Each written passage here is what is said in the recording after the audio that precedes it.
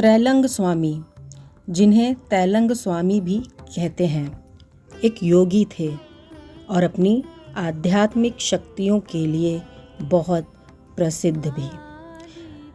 बंगाल में अपने योग एवं लंबी आयु के लिए बहुत प्रसिद्ध रहे हैं। माना जाता है तैलंग स्वामी की आयु लगभग 300 वर्ष रही थी। दीक्षा ग्रहण करने के बाद ये गंभीर साधना में निमग्न हो गए। लगभग 10 वर्षों तक कठोर साधना करने के बाद ये भारत के प्रसिद्ध तीर्थों की परिक्रमा के लिए निकले। तब उनकी आयु 88 वर्ष की थी। इस उम्र में भी उनका शरीर पूरी तरह सुगठित और बुढ़ापे का कोई चिन्ह नहीं था। इन्होंने नेपाल, तिब्बत, गंगोत्री, यमुनोत्री, मानसरोवर क्षेत्रों में कठोर साधना कर अनेक सिद्धियां प्राप्त करी। इस प्रकार कई तीर्थों में निवास और साधना करते हुए अंततः ये काशी पहुँचे।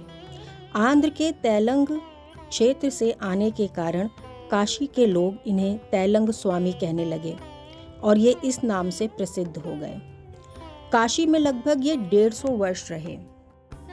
वाराणसी में निवास करते समय तैलंग स्वामी के दर्शन के लिए स्वयं राम कृष्ण परमहंस भी कई बार गए।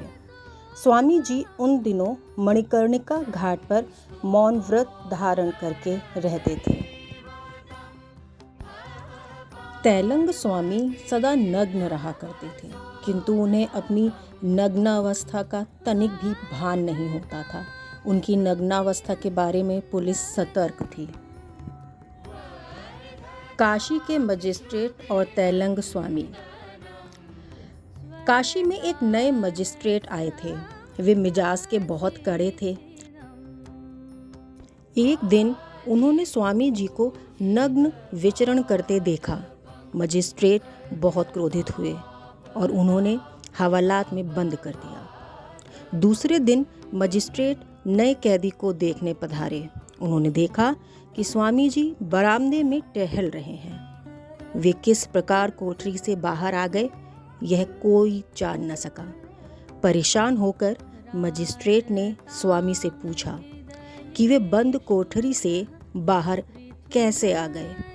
स्वामी ने कहा, सवेरा होते ही बाहर घूमने की इच्छा हुई, सो बाहर आ गया। क्रोधित मजिस्ट्रेट ने अपने हाथों से दोहरा ताला लगाकर स्वामी जी को कोठरी में बंद कर दिया। कुछ समय बाद स्वामी जी नग्न अवस्था में मजिस्ट्रेट साहब की अदालत में खड़े पाए गए। इस असंभव घटना से मजिस्ट्रेट जी के होश उड़ गए। स्वामी जी ने साहब से कहा, आप लोग जड़ शक्ति में विश्वास रखते हो। सृष्टि में जड़ जगत के साथ चैतन्य लोक भी है, जिसका उनके साथ संपर्क हो गया है। उनके लिए यह कोई बाधा नहीं हो सकती। आप इतने आश्चर्यचकित क्यों हैं? मुझ जैसे साधु सन्यासी को परेशान करने से तुम्हें क्या मिलेगा? दूसरे, तुम में शक्ति ही कितनी है, तुम सन्यासियों को क्या परेशान कर सकोगे? अब मजिस्ट्रेट साहब प्रबुद्ध हुए। उन्होंने तुरंत एक विशेष आदेश जारी किया, जिसके अनुसार स्वामी जी इच्छा अनुसार किसी भी रूप में चाहें, जहाँ चाहें घूम सकते हैं। उन्हें कोई रोक टोक नहीं है।